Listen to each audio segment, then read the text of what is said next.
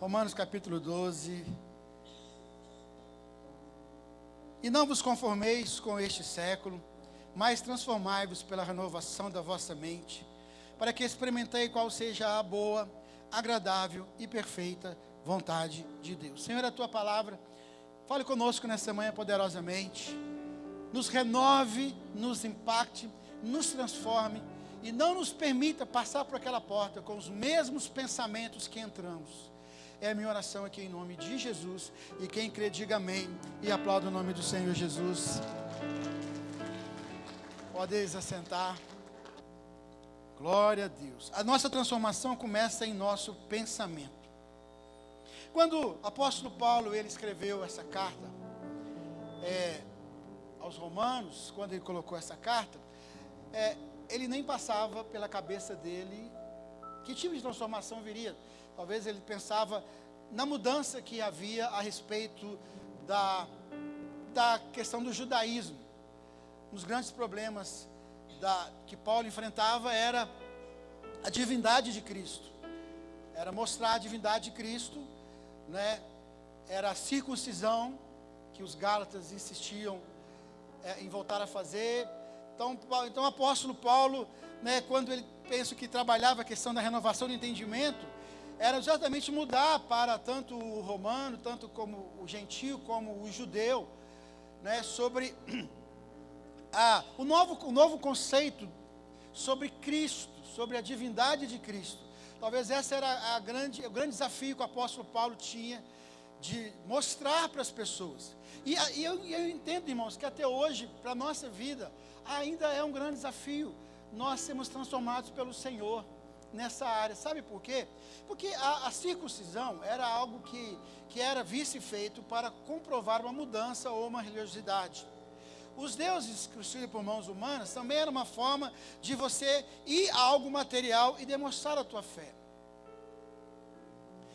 E eu digo que até hoje é um desafio para as pessoas confiar em Deus, confiar em Cristo, buscar o Espírito Santo que eles não veem.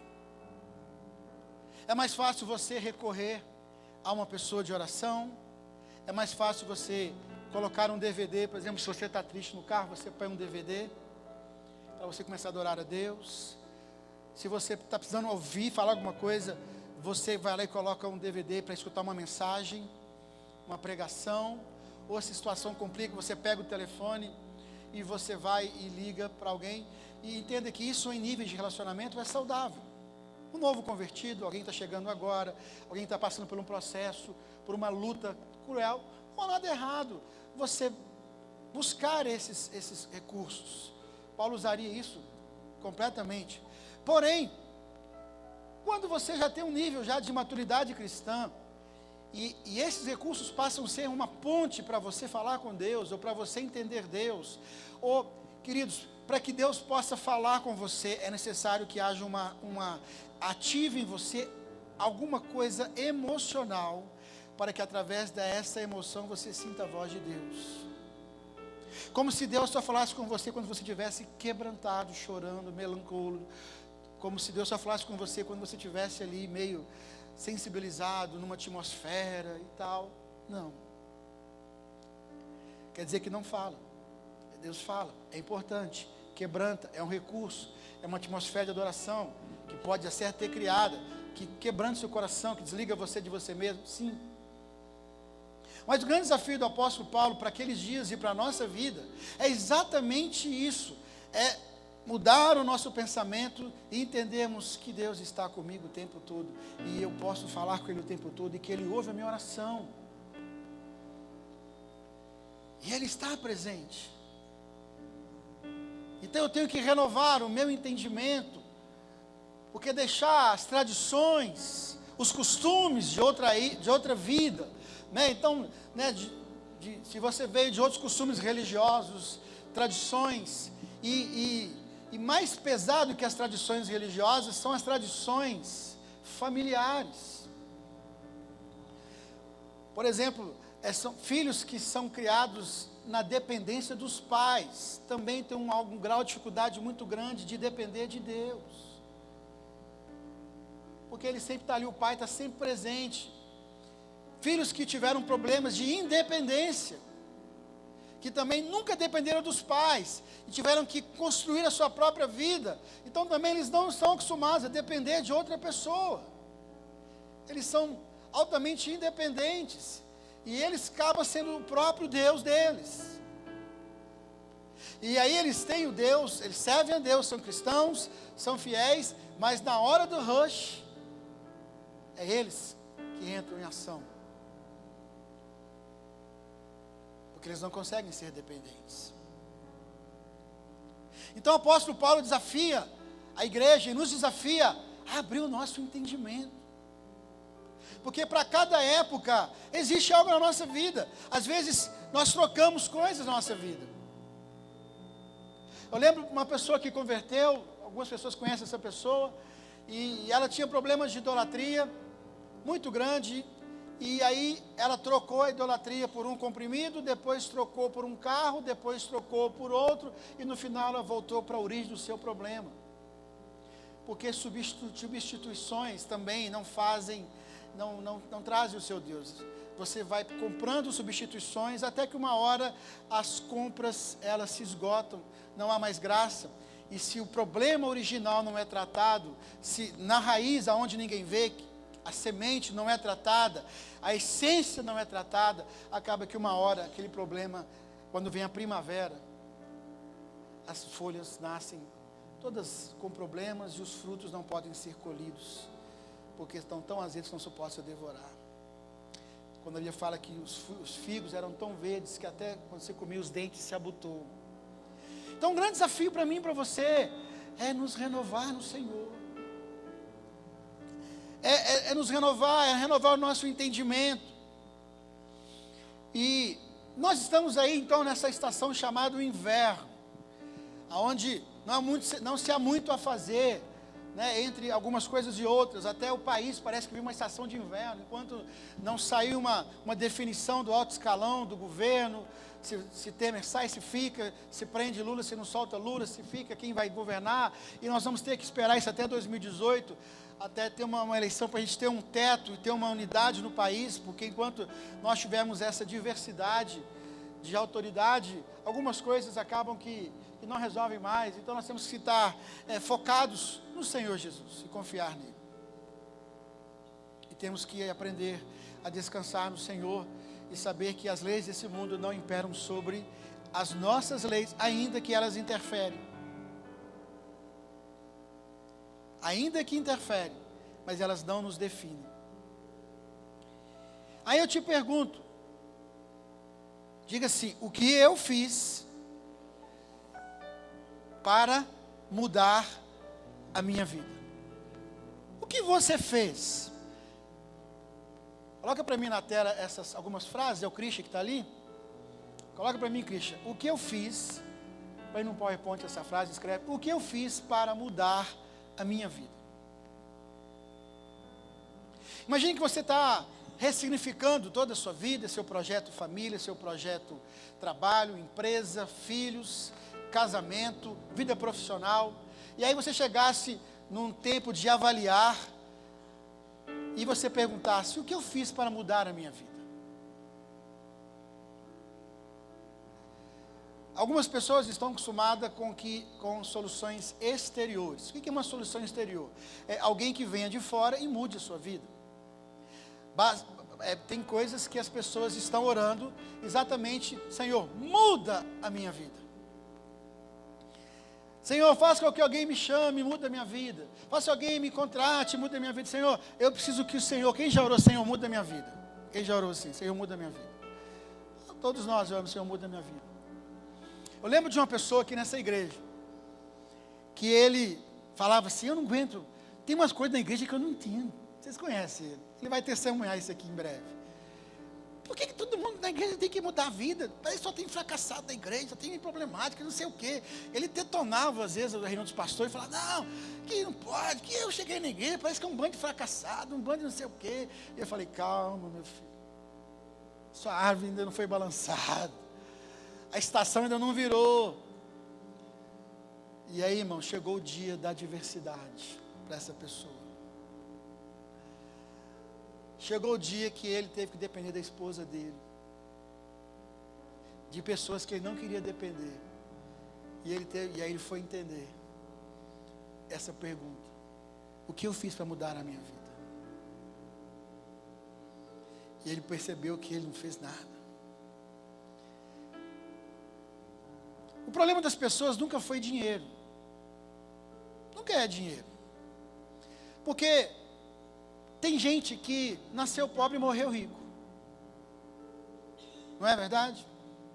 E tem gente que já quebrou 3 vezes e continua rico. Continua próspero. Já perdeu vários empregos e continua trabalhando em altos empregos. Porque o problema da nossa vida não é o dinheiro, mas é a nossa atitude em cima do dinheiro. Por isso que a Bíblia fala muito bem sobre o dinheiro. Por isso que é um dos assuntos mais tratados na Bíblia, é o dinheiro. E por isso que o mundo bate tanto na questão do dinheiro. Porque Satanás não quer que você governe sobre o seu dinheiro. Ele quer que você seja escravo do dinheiro. E a igreja é uma instituição que ensina você a governar o seu dinheiro, a tirar o seu dinheiro do Deus desse mundo, das instituições desse mundo, das crenças desse mundo, aonde você vai governar e aonde você vai prosperar, aonde Satanás não vai ter poder de usufruir, de poder, vamos a palavra, de poder tirar de você a influência de como gastar o seu dinheiro. A igreja vai mostrar a ação do devorador, que age inconsciente na sua vida. E aí você percebe que de repente, né, há uma prosperidade. Essa semana eu fui visitar uma pessoa, um pastor amigo meu, muito enfermo. E eu conheci alguma realidade da vida dele. E eu comecei a perceber algumas coisas da vida dele, através da fala dele. Eu percebi que, na verdade, eu não estava visitando ele, Deus estava me visitando. E eu comecei a ver como Deus me prospera. Como algumas coisas sobre o dinheiro, ela pode ser assim, diferente na sua atitude sobre o dinheiro. Eu nunca fui apegado ao dinheiro, sempre, às vezes eu tiro do meu para dar para os outros, e muitos dos meus problemas é querer dar, às vezes até que eu não tenho, e ser cobrado por não ter o que ter dado. Mas então eu entendi um pouquinho sobre essa forma de você governar o dinheiro, e como algumas coisas que você faz, de repente, elas dão certo, pela forma que você governa o dinheiro. Nós vamos ver um pouquinho, talvez chamado aí, se você fizer o curso de Crau, você vai aprender muito sobre isso, sobre mordomia. Somos mordomos do Senhor. Então Paulo tem que trabalhar. Eu preciso renovar o entendimento da minha igreja a respeito do dinheiro. Porque há uma diferença muito grande naquilo que eu ganho como pastor e que eu recebo. Às vezes é até complicado para a gente, para a liderança, e não é só os pastores também, porque, por exemplo, às vezes algumas pessoas, por exemplo, nos abençoam, e aí você fica até sem graça de querer continuar uma coisa, porque você quer pagar, mas a pessoa não quer receber, a pessoa não, e a pessoa fica até ofendida. E aí se você não vai na pessoa porque ela não vai cobrar, aí você vai porque ela vai falar, você está vindo que é de graça, aí você quer pagar, não, pastor, você está me ofendendo. E aí você fica pensando que é a ação do homem, mas aí Deus fala assim, não, eu estou cuidando de você.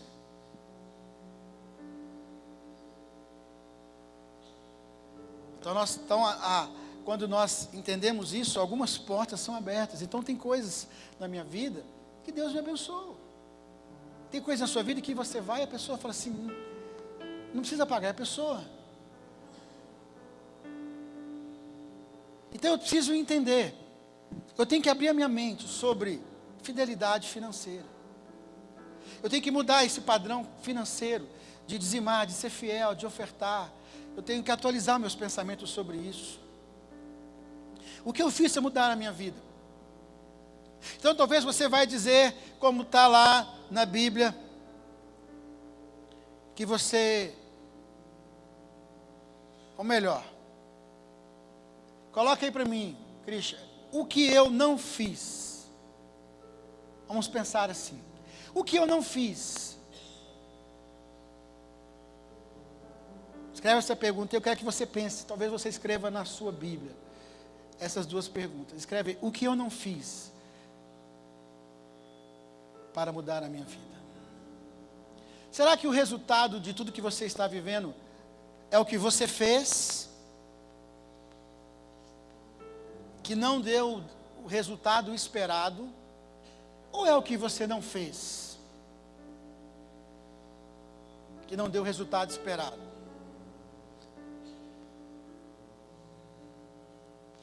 E se você está aqui nessa manhã, é porque Deus trouxe você para ouvir essa palavra aqui, amém? Amém? Sempre olha para quem está presente. É um privilégio. Digo sempre isso, as grandes ministrações da Bíblia foram dadas para os discípulos de Jesus. 12, 70 e 300. Jamais para a multidão. As pérolas que Jesus ministrava eram para os pequenos grupos. E você hoje é um privilegiado de estar aqui nessa manhã. Então, o que eu não fiz? Então, anota essa pergunta, que durante esse sermão, você vai anotando algumas coisas que podem ser úteis para mudar a sua vida, e você não vai passar daquela porta com os mesmos pensamentos. Diga amém. Então, uma coisa é certa, você já passou por várias situações na sua vida. Traído? Alguém já foi traído? Relacionamento, amizade, emprego, amigos, governo, já pegaram seu dinheiro já na sua poupança, quer dizer, morte, divórcio, falecimento de pessoas queridas, isso foi para você pesado, né? Planos são traições, quebras, já começou projetos, começou empresas, e as coisas não prosperaram, já investiu pesado num emprego, pesado numa carreira, e você não viu o resultado daquilo. Então, problemas emocionais, talvez você que está aqui nessa noite, passou por essas diversas situações da sua vida.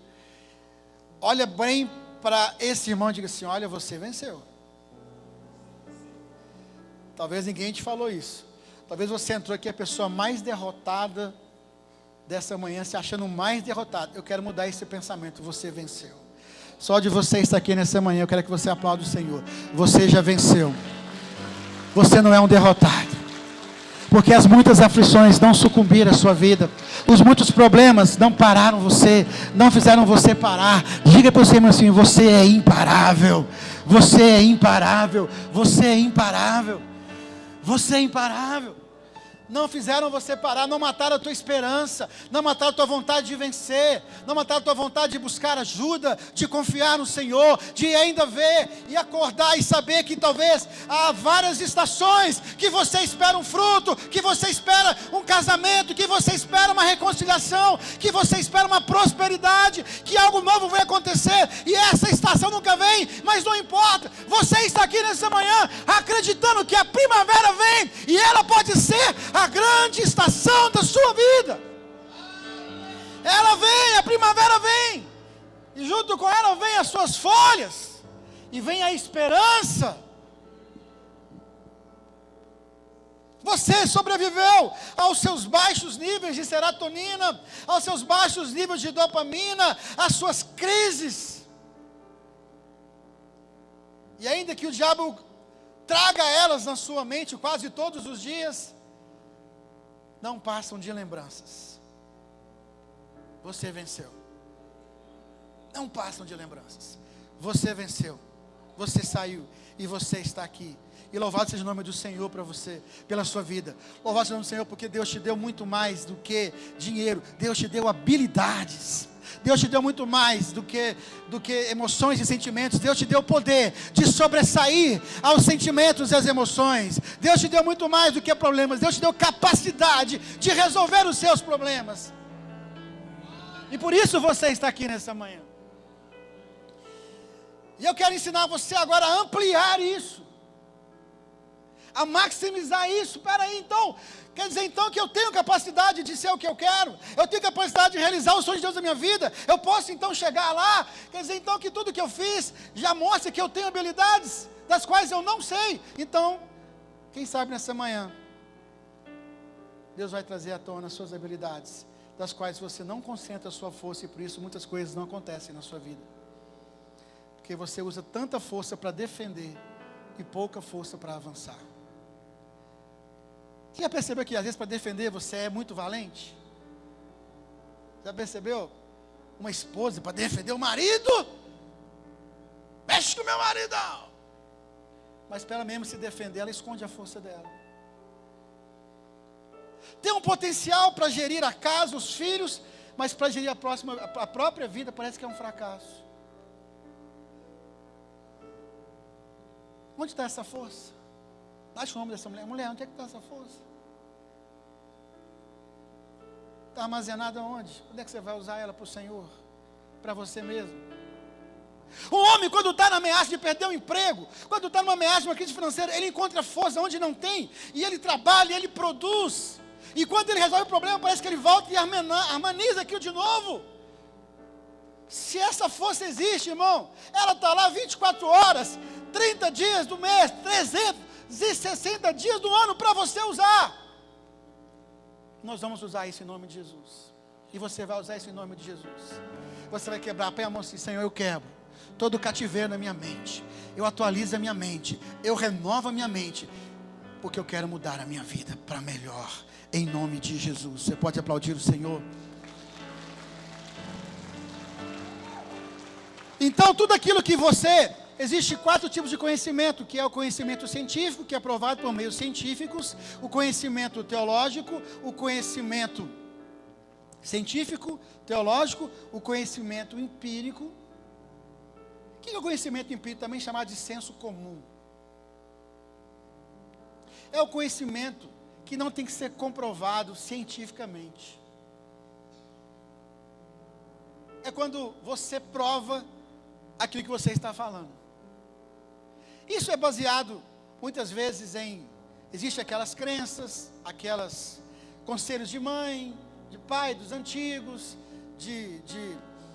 por exemplo, quando a Cris estava grávida, um amigo nosso fez o teste da colher, do garfo.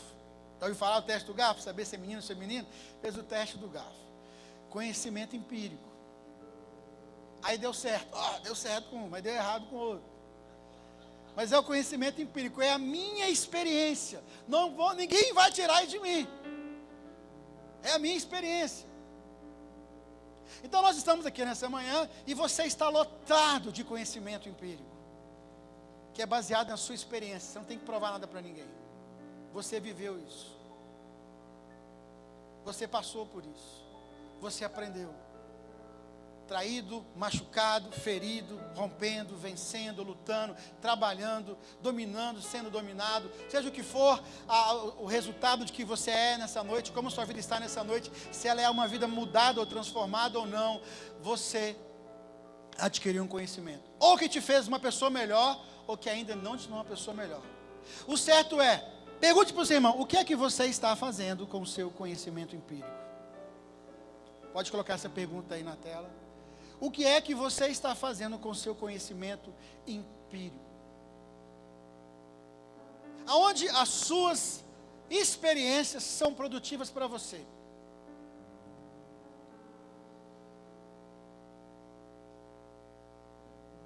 A gente é muito bom para usar o que nós sabemos para as outras pessoas.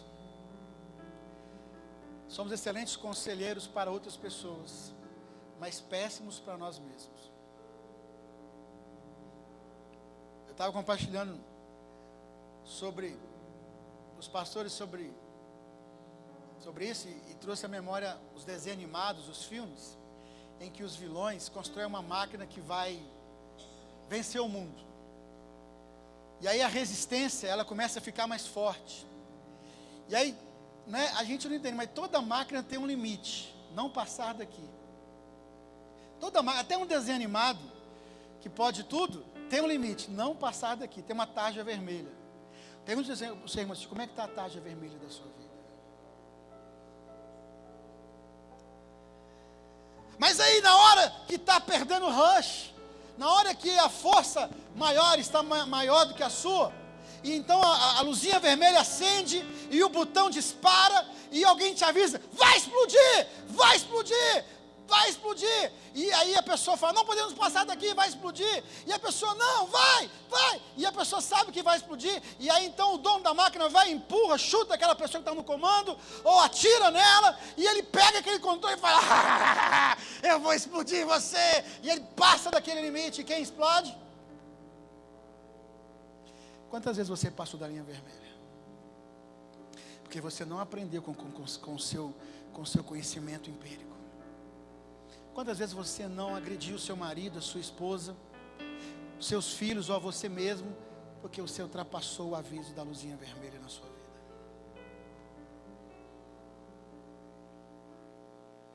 Então o apóstolo Paulo fala, nós temos que renovar o entendimento de que eu sou limitado,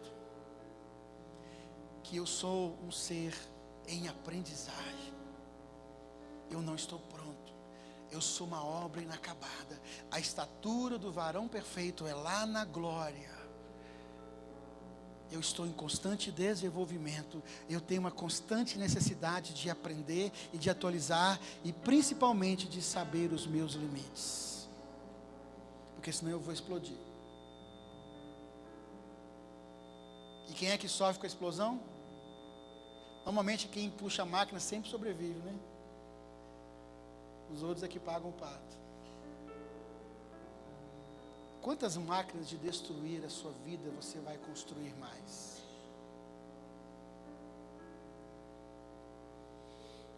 Então o conhecimento empírico é uma expressão cujo significado reporta ao conhecimento adquirido através da experiência.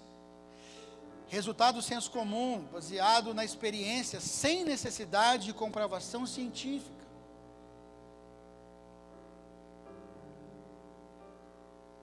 Então isso faz diferença na minha vida. A minha experiência aponta para uma vida pastoreada. A minha experiência aponta para uma vida mentoreada. Há uma diferença na minha vida quando eu caminhava nas minhas próprias pernas e quando eu caminhei debaixo de orientação da minha autoridade, do meu mentor.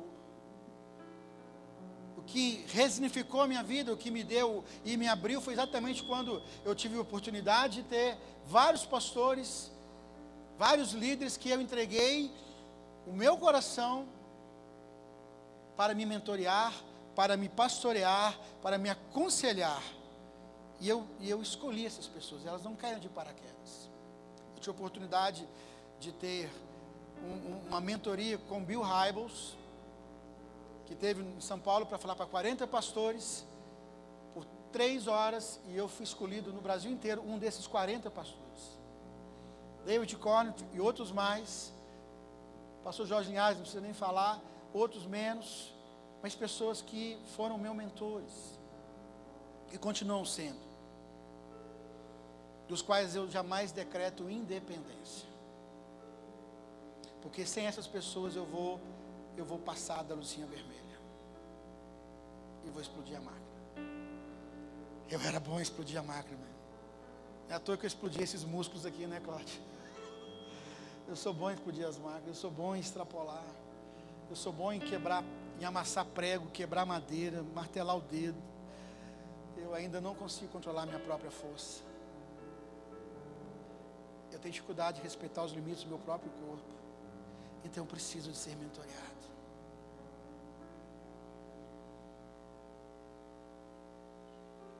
O que eu fiz para mudar a minha vida? Eu aprendi com os meus problemas, eu aprendi com os meus erros, eu aprendi os meus limites, eu aprendi que os problemas são de fato as oportunidades que Deus me deu, que os problemas são treinamentos. Diga para você, irmão, seus problemas são treinamentos. São treinamentos de Deus, para que nós possamos colocar em prática, como uma missão de vida, como algo a mais da nossa vida. E eu pude entender que mesmo fora de projetos de Deus, Deus estava me treinando para algo maior e maior.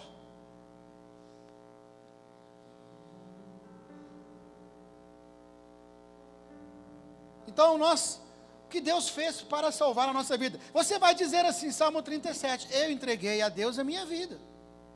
Quantos fizeram isso aqui para mudar? Eu entreguei a Deus a minha vida. Ok, você fez a coisa certa. Entregar a Deus a sua vida é um princípio fenomenal. Mas, vem cá, Tânia. Eu quero te entregar a minha vida.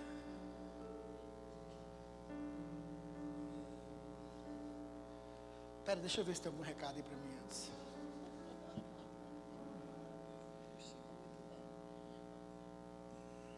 Deixa eu depositar o banco de memórias aqui primeiro aqui. A minha mãe mandou uma mensagem para mim. Vem te deixar um abraço. Devolva quando puder. Beijos. Cuida aí. Não. Será que de fato você entregou sua vida para o Senhor Jesus?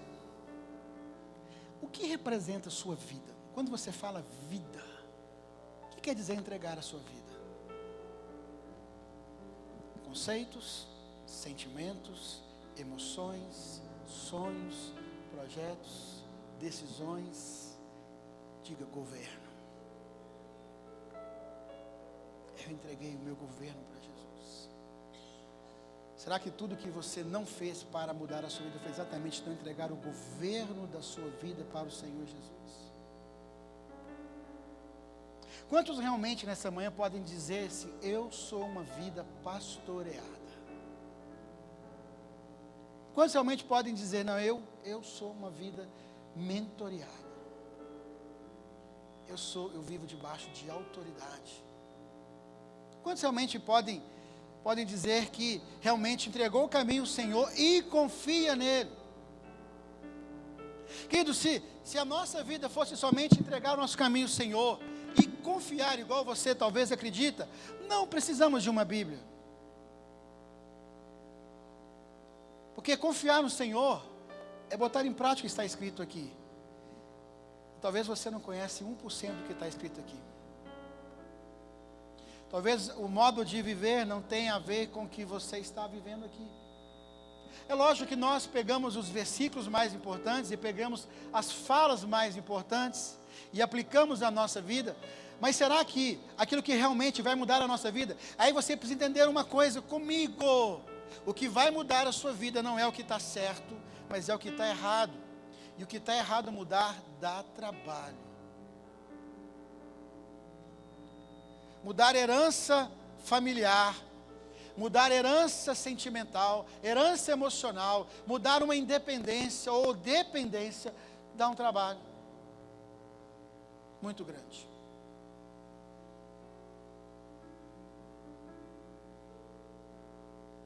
Por exemplo, algumas pessoas que eu acompanhei, que só conseguiram se dar bem na vida, que só conseguiram prosperar na vida, quando entenderam que tinham que fazer igual Abraão, deixar a família. Deixa a tua casa e siga-me.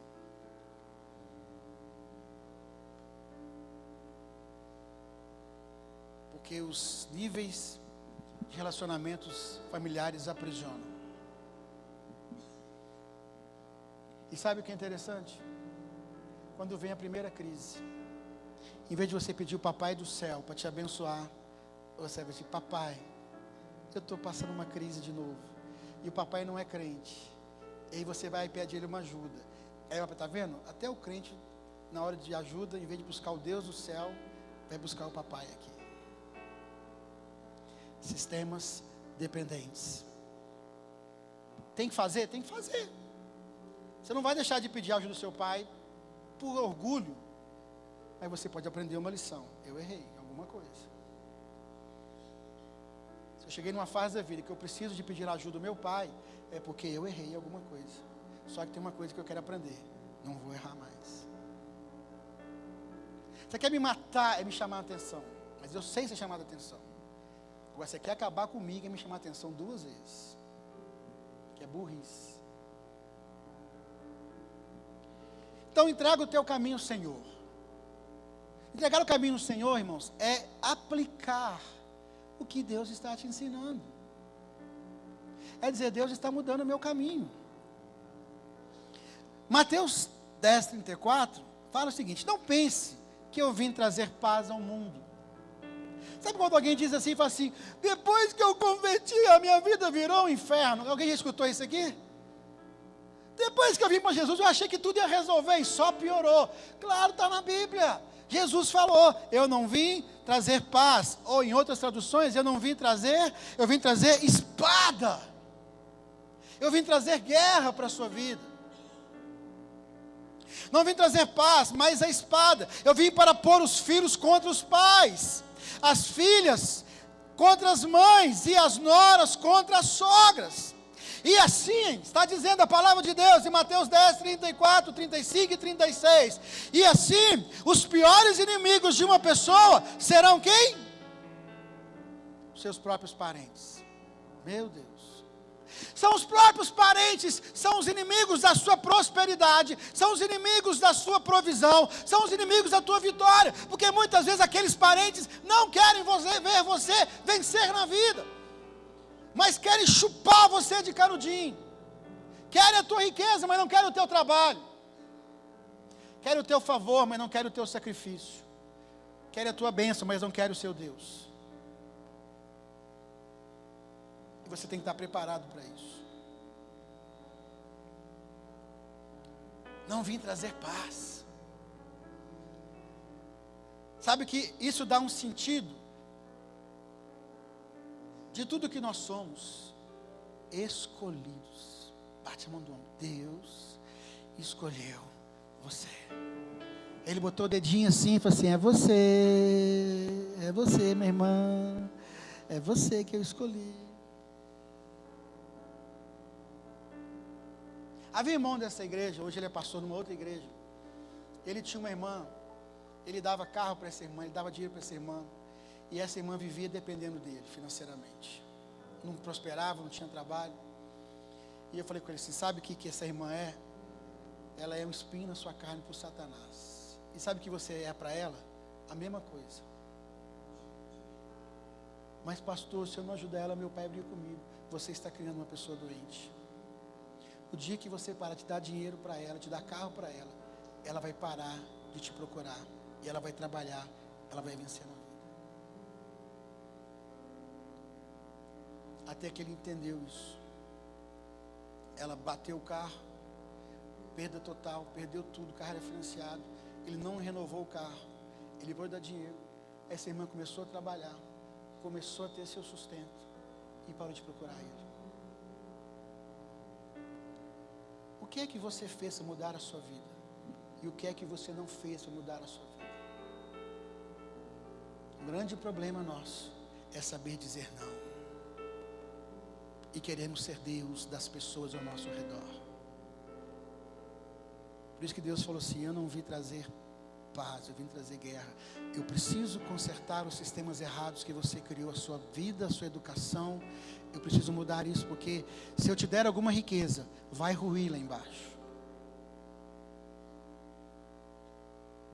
Então nós ignoramos a oportunidade.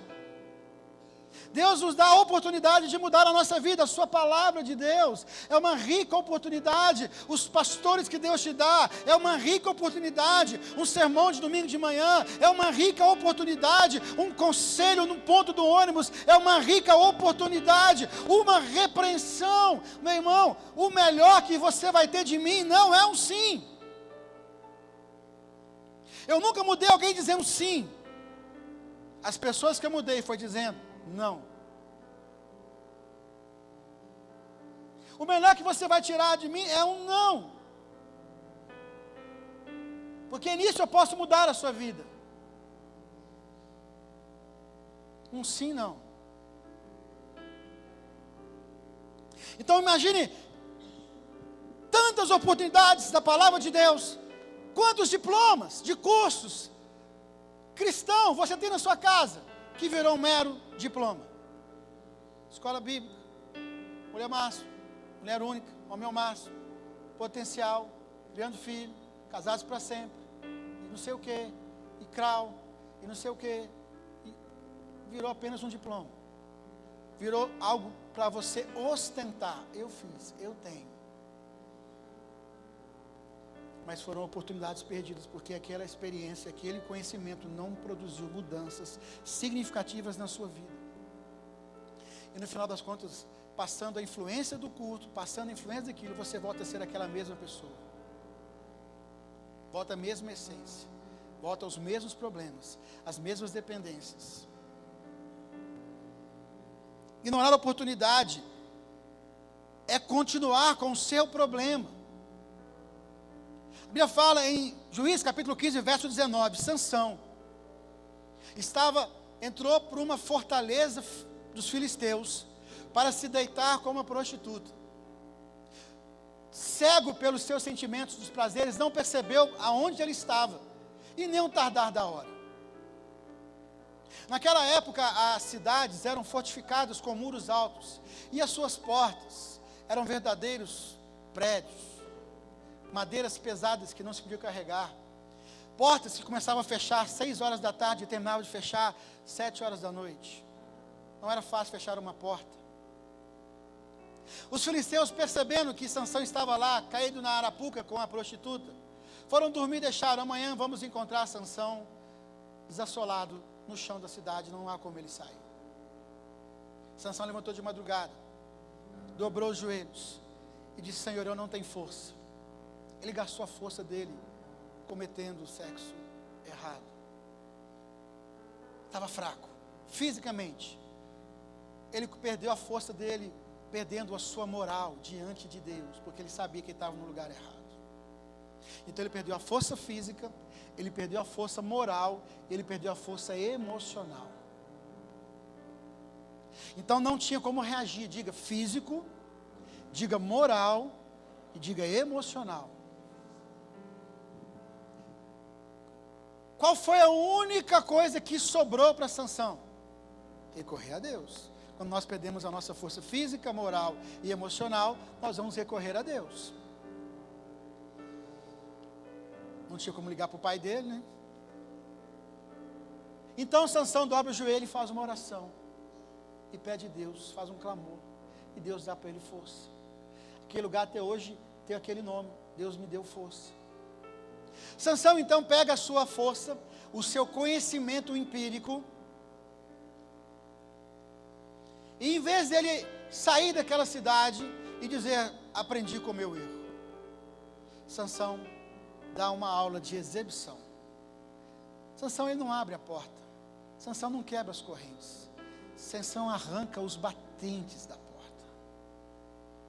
A Bíblia fala que ele pega a porta com os batentes, e ele caminha uma distância de 60 quilômetros, carregando uma porta de várias toneladas, e larga de cima do monte, e vai embora, e volta a deitar com a prostituta. Que cara burro. Irmão, quantos milagres Deus te deu quando você estava na cama com uma prostituta e ninguém te viu, e ninguém te achou, e a sua esposa não descobriu que você traiu ela, e Deus te deu uma chance. Você, mulher que traiu seu marido, que aceitou uma cantada, que deu o telefone, e Deus te deu uma chance, conserta, não repete. Mas aí você caiu de novo, e aí você caiu de novo, e você vai achando que Deus sempre vai te perdoar. Isso é burrice, isso é tolice.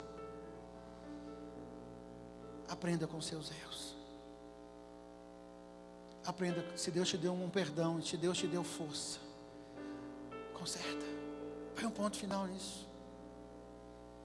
Negócios errados, jogatinas, porfias, fornicação, coisas erradas na sua vida, que Deus te deu mais uma chance, conhecimento empírico para você mudar a sua vida, e não para você achar que você pode chegar para Deus e Deus vai te ajudar de novo.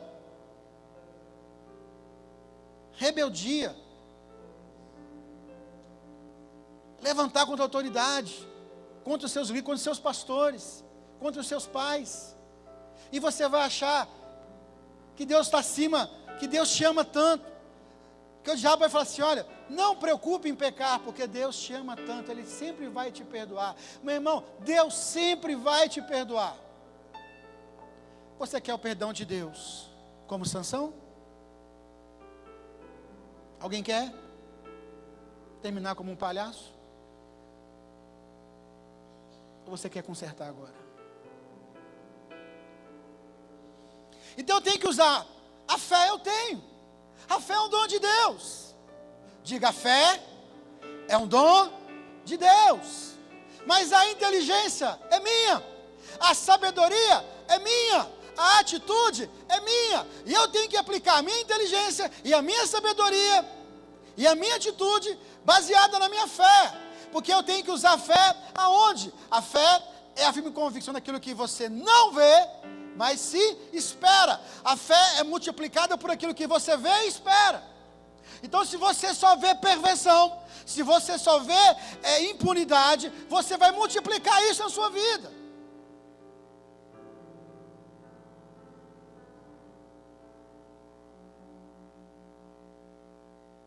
Se você não consegue esperar nada do seu amanhã, a sua fé é 0 vezes 0, nada. Não tem como algo grande acontecer na sua vida, porque a sua fé é multiplicada por aquilo que você não consegue enxergar. Então o problema não está fora, o problema não está no seu Deus, o problema não está no seu Jesus, não está na sua fé, está aqui dentro, naquilo que você não mudou na sua vida.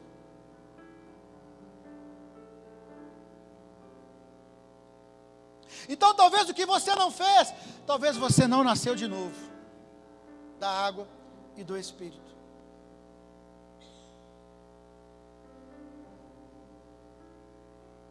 Talvez o problema é esse. Eu entreguei meu caminho ao Senhor, mas eu não nasci de novo. Quem me governa são os meus sentimentos, os meus padrões. Ninguém manda na minha vida, não tem nenhuma autoridade, eu faço o que eu quero e Deus é bom comigo. Até o dia, irmãos, que o dia mau chegar. Jesus falou, não tem como livrá-los do dia mau, mas preparai-os para o dia mau. Que o dia mau chega. E aí, irmãos, você vai ver. É igual um celular, que você, quando você mais precisa dele, você esqueceu de carregá-lo. O dia mau vem. E oportunidades que poderiam ter mudado a tua vida foram desperdiçadas. Porque faltou inteligência, sabedoria. E a inteligência não é filosófica, teológica, científica. Faltou inteligência empírica. Eu já errei. E eu não quero errar de novo. Eu já plantei errado. Eu já semeei errado. Eu já confiei em pessoas erradas. Eu já deixei as minhas emoções me governar. Eu já deixei as pessoas me governar. Eu já deixei o dinheiro me governar. Eu sei o final desse caminho. E eu não quero esse final para mim. Então Deus te dá uma oportunidade. Um caminho, uma liderança, um mandamento. E serás que se ouvires a voz do Senhor teu Deus, tendo cuidado de guardar todos os seus mandamentos, que hoje eu te ordeno, o Senhor teu Deus te exaltará sobre todas as terras da nação. E todas essas bênçãos virão sobre ti e te alcançarão. E quando ouvires a voz do Senhor teu Deus,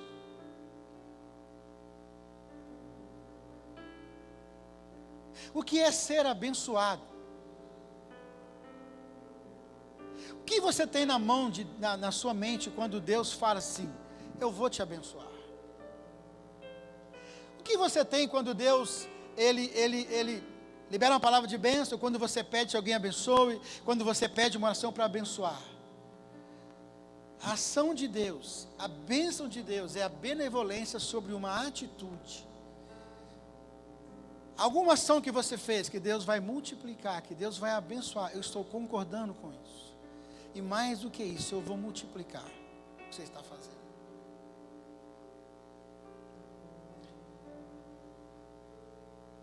Então, para nós encerrarmos nessa manhã, eu quero que você pense. O que é que você está fazendo? Não com conhecimento de Deus, não com conhecimento teológico. O que é que você está fazendo? Não com conhecimento científico, que é comprovado cientificamente, nem com filosófico. Mas eu quero te perguntar o que você está fazendo com o seu conhecimento empírico. Você já escreveu um filme, já terminou ele várias vezes. Mas quantos filmes da sua vida você vai chegar no altar do Senhor e dizer: Senhor, muda a minha vida?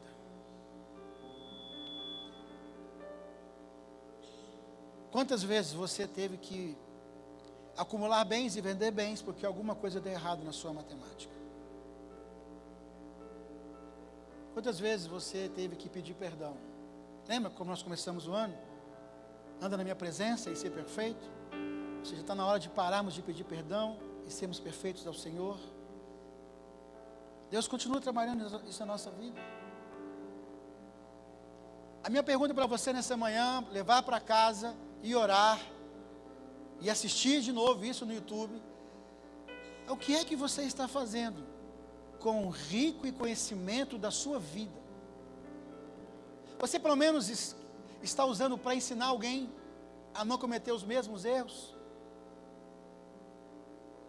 Não posso, pastor, porque eu ainda cometo os mesmos erros, eu ainda sou refém de mim mesmo. Guarde essa frase. Se você ouvir a sua cabeça, você morre.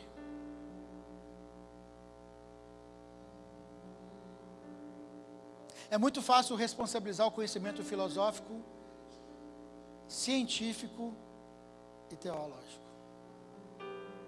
Mas o empírico é seu. Você já sabe o final dessa ação.